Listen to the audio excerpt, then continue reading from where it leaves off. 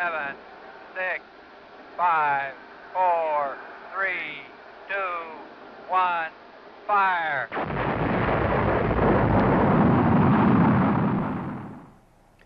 Black men. Now, if you ever needed a reason to attend an HBCU, this one might be it.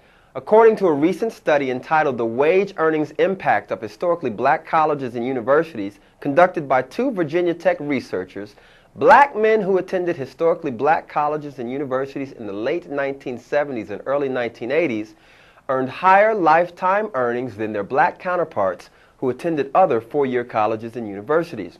Now, the researchers, Bradford F. Mills, Jr., a professor of agriculture and applied economics at Virginia Tech, and Elton Micrezi, a recent graduate of the same department, discovered that over their lifetimes, their wages increased up to 1.6% faster per year than did the pay of black men who had attended other institutions. The research findings have been accepted for publication in the Southern Economic Journal. Perhaps the most well-known of all the HBCU marching bands, the Florida A&M Marching 100, will be honored by AT&T by being featured on the covers of its Real Yellow Pages phone directories. Now, 385,000 copies are scheduled to be distributed throughout the Tallahassee area, featuring a photo of the Rattlers doing what they do. Benedict College in beautiful Columbia, South Carolina recently received the Business Opportunity Workforce Development Center Partnership Award at the 2007 National Transportation Summit held in Charlotte, North Carolina. Now, the award recognizes the contributions that Benedict College has made to strengthen the transportation workforce of tomorrow. The private historically black college was applauded for assisting with the creation and successful implementation of the pilot Business Opportunity Workforce Development Program in collaboration with the South Carolina Department of Transportation and Federal Highway Administration. For the past 12 years, Benedict College has actively participated in transportation-related programs to include the National Summer Transportation Institute, the Dwight D. Eisenhower Fellowship Program, the School to Work Mitigation Program, Summer Transportation Internship for Diverse Groups, and School to Work Transitional Program. Is it ever too late to right a wrong? In 1961, 14 black students were expelled from Tennessee State University in Nashville for participating in the 1960 Freedom Rides. A 1960 law enacted in Tennessee required state-operated colleges and universities to take disciplinary action against any student who was arrested in a civil rights demonstration. Now, the university is hoping to award all 14 students honorary degrees.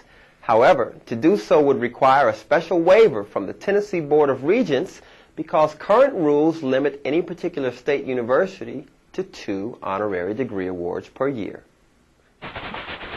Now, earlier this year, Jacob Haile Mariam, who served on the faculty at Norfolk State University in Virginia for more than 20 years, was convicted of treason and sentenced to death by an Ethiopian court. In 2005, Professor Haile Mariam gave up his faculty position at Norfolk State University to return to his native Ethiopia to run for parliament, where he was elected along with a host of other reform politicians. Soon after, Prime Minister Meles Zenawi stripped the reform politicians of power in the new government, and as a result, supporters of the reform movement took to the streets in protest. More than 200 people were killed in riots that followed. In connection with the protest, Haile Mariam and 37 of his colleagues subsequently were arrested and charged with treason and genocide. All were convicted and sentenced. Just last week, it was announced that the court had spared his life but sentenced him to life imprisonment.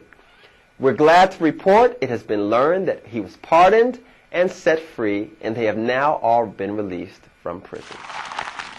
In sadder news, HBCU is sad to report the loss of a mathematician, William P. Hitch, Sr., who served for 21 years as president of the University of Maryland, Eastern Shore. He died this past week at his home in Princess Anne, Maryland, and was 78 years old. Dr. Hitch was a native of Porter, Oklahoma, was a graduate of Langston University, and held a master's degree and an educational doctorate from Oklahoma State University. During his tenure, enrollment at the university tripled, and the campus grew by more than 300 acres. Some 32 academic degree programs were added to the curriculum during his tenure.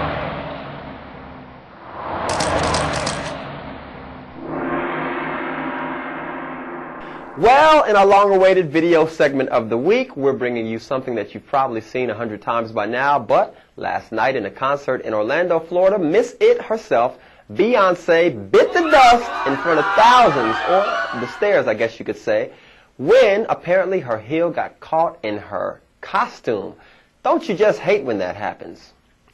Now, some attendees of the concert suggested that somehow Rihanna had managed to plant her umbrella under the steps before the show in an attempt to sabotage the Queen Diva. Rihanna could not be reached for comment. Well, that's this week's HBCU 10 Spot, and as always, if you are a newsmaker or would like to share a story idea with us, please send it to HBCU10spot at hbcuconnect.com or mail it to us at 750-Q, Cross Point, 2 words, point with an E, Road, Columbus, Ohio, 43230. Now remember, all submissions become property of HBCU Connect and will not be returned. But don't let that stop you. You'll win this cool HBCUconnect.com t-shirt and maybe even a date with our director, Reggie. For HBCUconnect.com, this is Daniel Moss. See you next week.